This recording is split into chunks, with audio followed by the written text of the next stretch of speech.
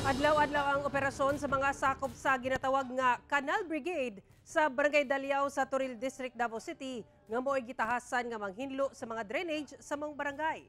Atong sano ng detalye sa live report ni Argil Relator. Argil.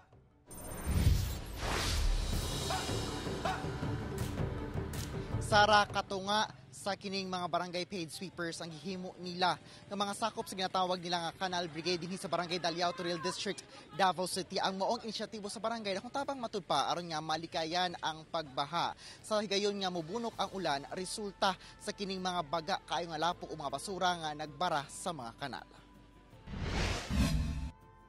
Gilusong sa mga sakop sa ginatawag nga Canal Brigade ang kanal sa Sitio Camarin, Barangay Daliao sa Toril District, Davao City aron pang palahon ang bagang lapok nga napondo nga duna nasay nagkariiyang klases sa basura. Kini adlaw-adlaw ginabuhat sa anaa sa 19 ka mga sakop sa Canal Brigade. Matud pa, gipahimusla na nila ang init nga panahon nga limpyuhan ang mga kanal aron ugaling moabot ang ting-ulan. Wala na'y masinati nga pagbara sa mga kanal. Nagsunod lang yun ko sa city ordinance, no? Nga kaning solid waste management kay natanaw na ko mga kanal na nato manggod na puno og basura. So that is why nga paglingkod yun ako, ako yung silang gi-organize kaning grupuha, mga Canal Brigade nato nga maoy mo maintain sa kalimpyo sa ato ang mga drainage diri sa among barangay.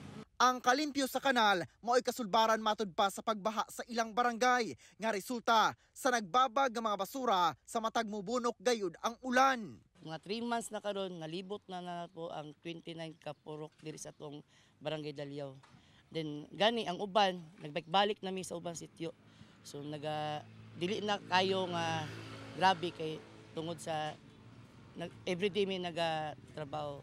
Kung kaniadto kining kanal sa Sitio Camarin, ang katunga niini nabulit na gayod sa bagang lapok. Apan sa gipahigayon karong buntag nga operasyon sa mga sakop sa Canal Brigade ato makita na dinhi ang ground no sa mismong kanal. Ingon man duna na say makita nga mga gagmay nga mga isda nga naglangoy-langoy dinhi. Busa, ilabihan ang pagpasalamat sa mga residente sa maong programa sa barangay. Kay dako jud kay namong problema kaning kumuulan gani, mubaha gyud siya. Ginahinlo-hinluan na mo ni diri sir pero di man gyud mo makaya gud kay tungod sa diha na lang daan, baran na kanang diha daan kay daghan man sagbot. Nya igo ra mi magkuhit-kuhit ang taon diri kay labi na way mga laki kaayo. Sara, bisan doon na mga empleyado sa barangay nga nakatutok sa pagpanglimpyo sa mga kanal, pahimang na gihapon sa mga residente nga dili magpasagad no o dili lang magsalig sanglit kinahanglan gihapon ang makanunayon nga pagpanghinlo labi na sa mga kanal sa tugkaran. Sara. Okay, dagang salamat Argil Relator.